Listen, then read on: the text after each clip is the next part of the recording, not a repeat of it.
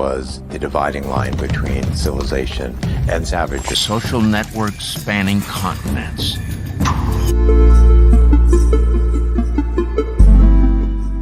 እነዚህ ሰዎች የስልጣኔ ቁንጮዋና የኃያሉ አሜሪካ ዜጎች ናቸው ቢባል ማን ያምናል? ግን ልክ እንደ ዶናልድ ትራምፕ ሁሉ እነዚህም የማህበረሰብ ክፍሎች አሜሪካውያን ናቸው። ከየትኛውም የዓለም ክፍል ወደ አሜሪካ የተጓዘ ሁሉ የተንደላቀቀ ሕይወት በሚኖርባት ሀገር፣ እነዚህ ሰዎች ግን አኗኗራቸው የተለየ ነው። እነዚህ የማህበረሰብ ክፍሎች የመጀመሪያዎቹ የአሜሪካ ባለቤቶች ወይም ኔቲቭ አሜሪካንስ ወይም በሌላኛው ስማቸው ሬድ ኢንዲያንስ ይባላሉ። በእነዚህ ሰዎች ዘንድ የመጠሪያ ክርክር በብዛት የሚነሳ ጉዳይ ነው። አሜሪካ ኢንዲያንና ኔቲቭ አሜሪካንስ በስፋት ጥቅም ላይ የሚውሉ ስሞቻቸው ቢሆኑም ብዙዎቹ የየራሳቸው የጎሳ ስም አላቸው። ለምሳሌ እንደ ቸሮኪና ናቫሆ ያሉትን መጠቀም ይመርጣሉ። እንደ አውሮፓ አቆጣጠር በ1995 በተደረገ ጥናት 50 በመቶ የሚሆኑት አሜሪካን ኢንዲያን የሚለውን ስም መርጠዋል። አልፎ አልፎ እነዚህ ሰዎች በተቀረው የአሜሪካ ሕዝብ እንደ ዘላን የሚቆጠሩም ናቸው። አውሮፓውያን ወደ አገሪቱ ከመምጣታቸው ከ23000 ዓመታት በፊት በአሜሪካ እንደነበሩ የቅርብ ጊዜ የአርኪኦሎጂ ግኝቶች ፍንጭ ይሰጣሉ። ለብዙዎቹ ኔቲቭ አሜሪካንስ ጸጉር የመንፈሳዊ ጥንካሬና የማንነት መገለጫ ነው። ጸጉርን መቆረጥ በአብዛኞቹ ጎሳዎች ዘንድ እንደ ሐዘን ምልክት እንጂ እንደ ፋሽን አይታይም። የእነዚህ ሰዎች የሰርግ ስነ ስርዓት እንደ ጎሳው ቢለያይም አብዛኞቹ ከተፈጥሮና ከመንፈሳዊ ዓለም ጋር የተቆራኙ ትልቅ ትርጉም ያላቸው ወጎች አሏቸው። ሙሽሪት አብዛኛውን ጊዜ በምስራቅ፣ በደቡብ፣ በምዕራብና በሰሜን አቅጣጫዎች የሚወከሉ 4 ቀለማት ነጭ፣ ቢጫ፣ ጥቁርና ሰማያዊ ቀለም ያሏቸውን ልብሶች ትለብሳለች። ልብሶቹ ከእንስሳት ቆዳ በተለይ ከተኩላ ቆዳ የሚዘጋጁ ሲሆን በዛጎሎችና በድንጋዮች ያጌጡ ናቸው። ሙሽራው ደግሞ የላባ ዘውድ ወይም ልዩ የቆዳ ልብስ ይለብሳል። በናቫሆና በሌሎች ጎሳዎች ዘንድ ሙሽሮቹ እጃቸውን በአንድ ጎድጓዳ ሳህን ውስጥ በጋራ ይታጠባሉ። ይህም ያለፈውን ሕይወት ማጠብና በአንድነት አዲስ ንጹሕ ሕይወት መጀመርን ያመለክታል። በኔቲቭ አሜሪካንስ በቆሎ የሕይወት መሠረት ተደርጎ ስለሚታሰብ በሰርግ ላይ ትልቅ ቦታ አለው። ሙሽሪትና ሙሽራው የበቆሎ ገንፎ አብረው በመመገብ ቃል ኪዳናቸውን ያጸናሉ። ከዚህ ሌላም የኔቲቭ አሜሪካንስ ባህላዊ በዓላት ከተቀረው አሜሪካዊ ባህል ፍጹም የሚለዩና የራሳቸው የማንነታቸው መገለጫ፣ የታሪካቸው ማስታወሻና ማህበራዊ ትስስራቸውን የሚያጠናክሩባቸው ታላቅ ኩነቶች ናቸው። ከነዚህ ውስጥ ፓዎዋ አንዱ ነው። ይህ እጅግ የታወቀውና ትልቁ የኔቲቭ አሜሪካንስ በዓል ነው። በተለያዩ ጎሳዎች መካከል የሚደረግ የዳንስ፣ የሙዚቃ፣ የከበሮና የባህል ልብስ ውድድር የሚካሄድበት ሲሆን የጎሳዎችን አንድነት ለማሳየት ይደረጋል። ትልቁ የማህበረሰብ መሰባሰቢያ የተባለው ፓኦ በየዓመቱ በኒው ሜክሲኮ ይካሄዳል። ከበሮው የበዓሉ መሠረታዊ ነገር ተደርጎ ይወሰዳል።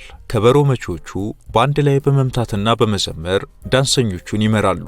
በዓሉ የሚጀመረው ሁሉም ዳንሰኞች በክብር ወደ አደባባይ በመውጣት ሲሆን የጎሳ ባንዲራዎችና የንስር ላባዎች ይያዛሉ።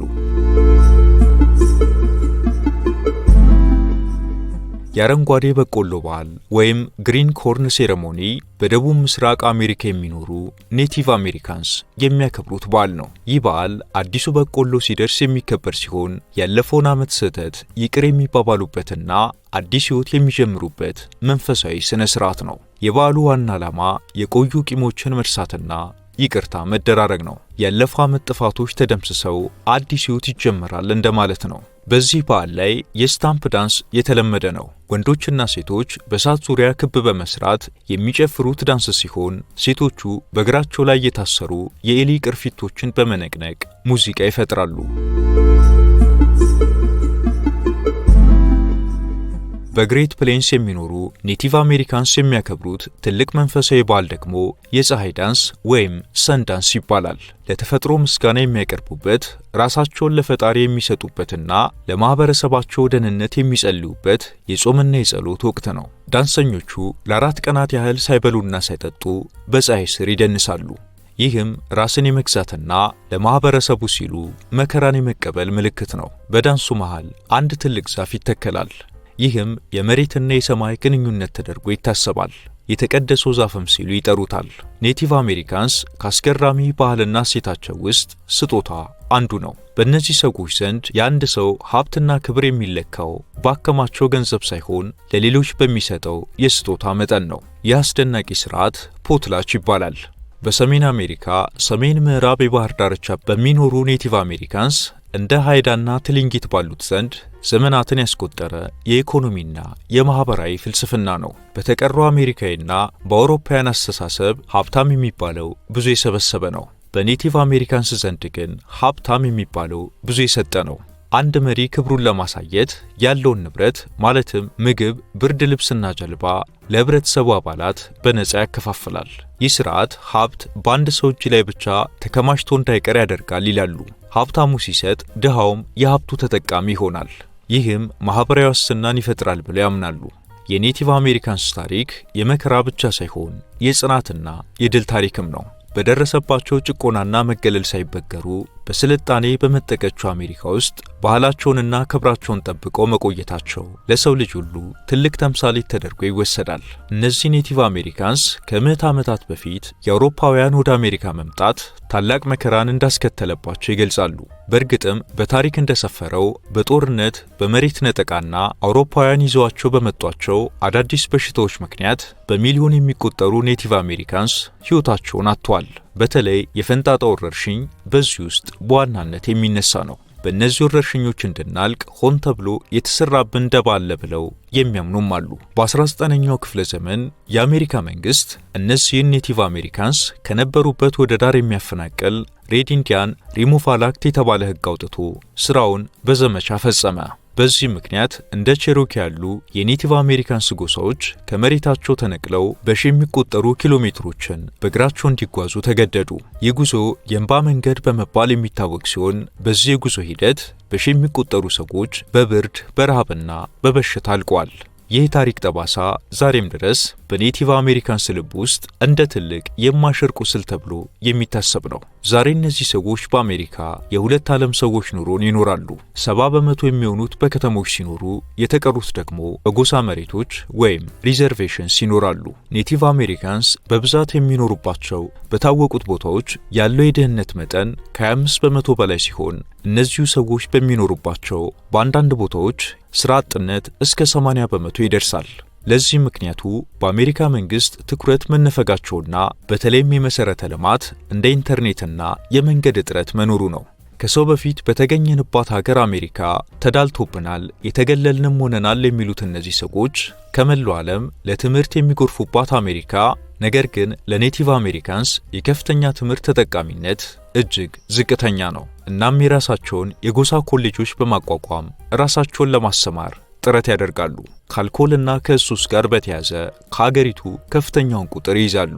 በ2023 በተደረገ ጥናት 25% የሚሆኑት ተወላጆች በዓመት ውስጥ የተለያዩ እጾችን ተጠቅመዋል። እነዚህ የማህበረሰብ ክፍሎች ከተቀረው አሜሪካዊ በበለጠ ለስኳር በሽታ፣ ለልብ ህመምና ለሱስ ተጋላጭ ናቸው። አማካኝ የህይወት ዘመናቸውም ከተቀሩት አሜሪካውያን አማካኝ የመኖር ዕድሜ በ11 ዓመት ያነሰ ነው። በአንዳንድ እነዚህ ሰዎች በሚኖሩባቸው አካባቢዎች ላይ አማካኝ የመኖር ዕድሜያቸው 48 ብቻ ነው። ይህም በዓለም ላይ ካሉ ድሃ ሀገራት ጋር እኩል ነው። የአሜሪካ መንግስት የኔቲቭ አሜሪካንስን መሬትና መብት የመጠበቅ ህጋዊ ግዴታ ቢኖርበትም በተግባር ግን የግዴታ ብዙ ጊዜ ሲጣስ ይታያል። የኔቲቭ አሜሪካንስ ተወላጆች ጥያቄም በገዛ መሬታቸው ላይ የራሳቸውን ህግ የማውጣት የመዳኘትና ሀብታቸውን የማስተዳደር መብት የእውነት መተግበር ነው። አሁን በዚህ ጉዳይ ላይ ከፍተኛ በጎ ለውጦች ይታያሉ። ዛሬ በአሜሪካ ውስጥ በፌዴራል ደረጃ እውቅና የተሰጣቸው 574 የኔቲቭ አሜሪካንስ ጎሳዎች የሚገኙ ሲሆን እያንዳንዳቸው የራሳቸው የሆነ የተለየ ታሪክና ማንነት አላቸው። የአሜሪካ መንግስትም የራሳቸውን ጉዳይ በራሳቸው እንዲያስኬዱ በሚል ሰዎቹን እንደ ዶሜስቲክ ዲፔንዳንት ኔሽንስ ወይም በሀገር ውስጥ ያሉ እንደ ጥገኛ ነዋሪዎች በመቁጠር የራሳቸውን ሕግ የማውጣት የመዳኘትና አባላትን የመመልመል መብት ሰጥቷቸዋል።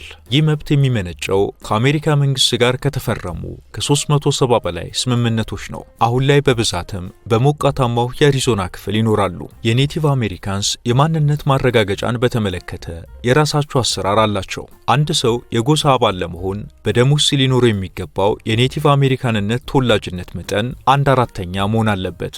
ታዲያ አንዳንድ ተወላጅ ያልሆኑ ሰዎች የጥቅማ ጥቅም ወይም የሥራ ዕድል ለማግኘት የኔቲቭ አሜሪካን ተወላጅ ነን ብለው በሐሰት የሚቀርቡበትና እውነተኛ ተወላጆቹን ለቁጣ የሚዳርጉበት አጋጣሚም ቀላል አይደለም። እነዚህ ኔቲቭ አሜሪካንስ ከ2020 እስከ 2026 ባለፉት 6 ዓመታት ውስጥ ስለ መሬት ሀብት ያደረጉት ከፍተኛ ትግል ውጤት አስገኝቶላቸዋል።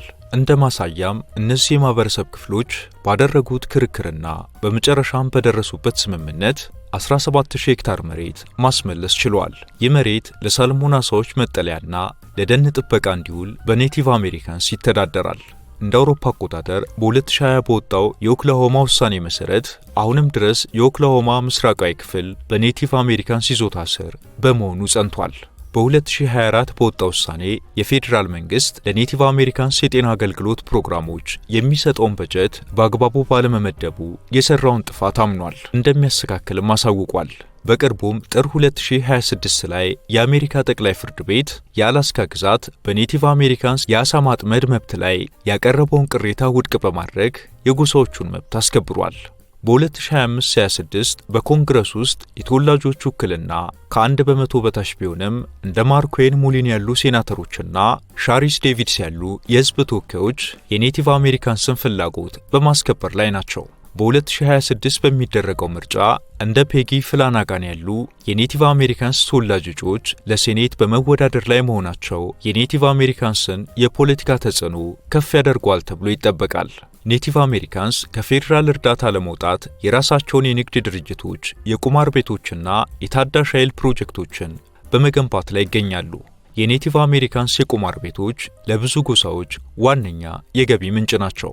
በ2024 የኔቲቭ አሜሪካንስ የቁማር ቤቶች 43.9 ቢሊዮን ዶላር ገቢ በማስገኘት ታሪካዊ ሪከርድ ሰብረዋል። ይህ ገንዘብ ለኔቲቭ አሜሪካንስ የጎሳ አባላት የትምህርት ዕድል ወይም ስኮላርሺፕ፣ ለጤና ጣቢያዎች ግንባታና ለአዛውንቶች መርጃ ይውላል።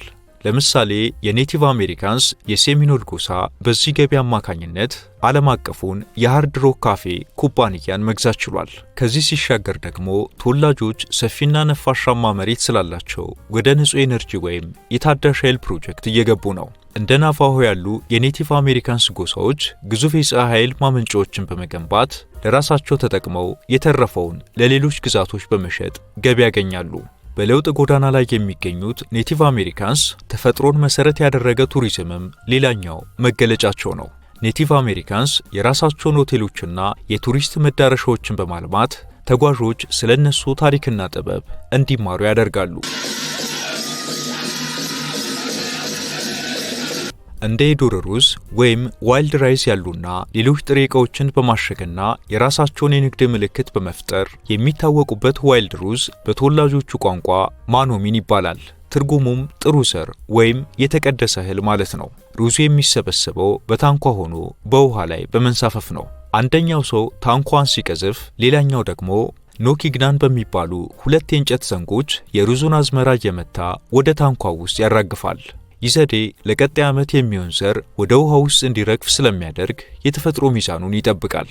ይህ ሩዛቸው በተለየ መልኩ የሚዘጋጅ ሲሆን ከተለመደው ነጭ ሩዝ ይልቅ በፕሮቲን በፋይበርና በሚኒራል የበለጸገ፣ ተወላጆቹ ለክረምት ወቅት እንደ ዋና የኃይል ምንጭ የሚጠቀሙበት ነው።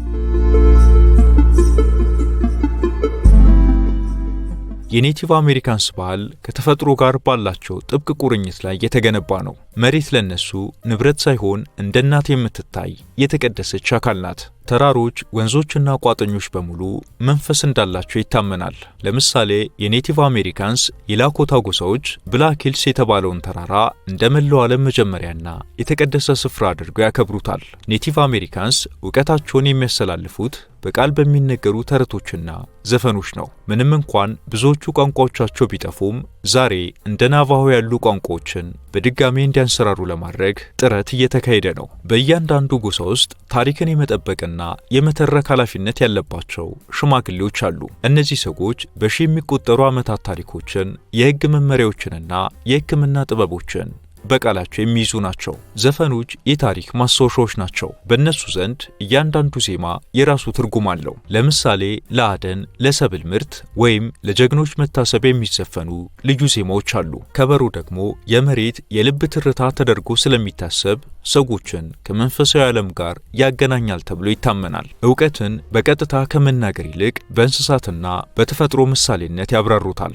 ለምሳሌ በተኩላ፣ በንስር ወይም በኤሊ በኩል ታሪኮችን በመተረክ የህይወት ትምህርት ይሰጣሉ። የጥንት አውሮፓውያን የአሁኖቹ ዘመናዎቹ አሜሪካውያን ማለት ነው የኔቲቭ አሜሪካንስን ቋንቋቸውንና ባህላቸውን ለማጥፋት በሞከሩበት ወቅት ተወላጆቹ ማንነታቸውን ጠብቀው የቆዩት በሚስጥር በሚነገሩ ታሪኮችና በቃል በተጠኑ ዜማዎች አማካኝነት እንደሆነም ይገልጻሉ። መረጃዎች እንደሚያሳዩትም በአሁኑ ጊዜ እነዚህን የቃል ታሪኮች በዲጂታል መንገድ የመቅዳትና ለቀጣዩ ትውልድ የማቆየት ሥራ በሰፊው እየተሰራ ይገኛል።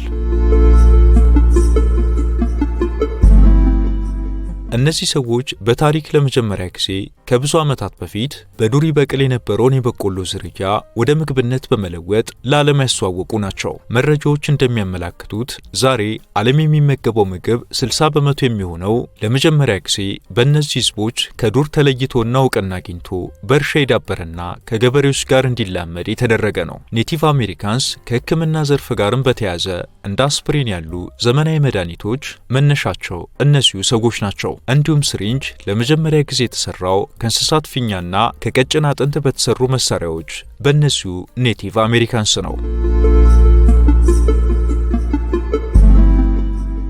ኔቲቭ አሜሪካንስ ከተቀረው ዜጋ ሁሉ በብዛት በአሜሪካ ጦር ኃይል ውስጥ በፍቃደኝነት ያገለግላሉ።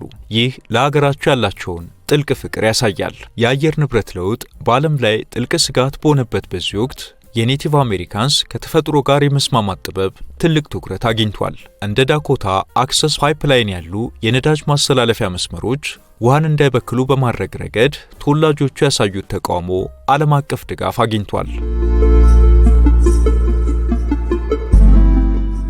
የኔቲቭ አሜሪካንስ የወደፊት ተስፋ በወጣቶቻቸው እጅ ላይ ነው። አዲሱ ትውልድ ዘመናዊ ቴክኖሎጂን ከጥንታዊ ባህል ጋር በማዋሃድ ቋንቋቸውን እያነቃቁና መብታቸውን እያስከበሩ ይገኛሉ።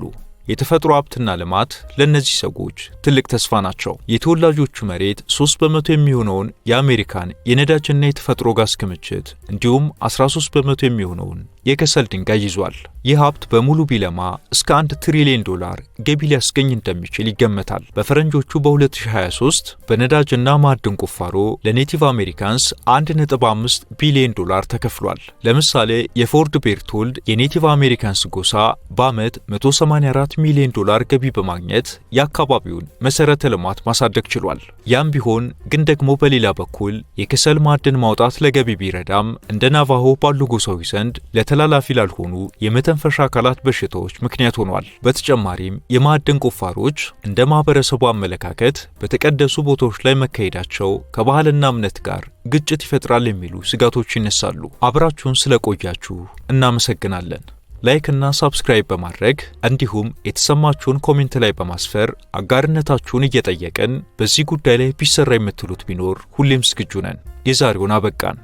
በያላችሁበት ሰላም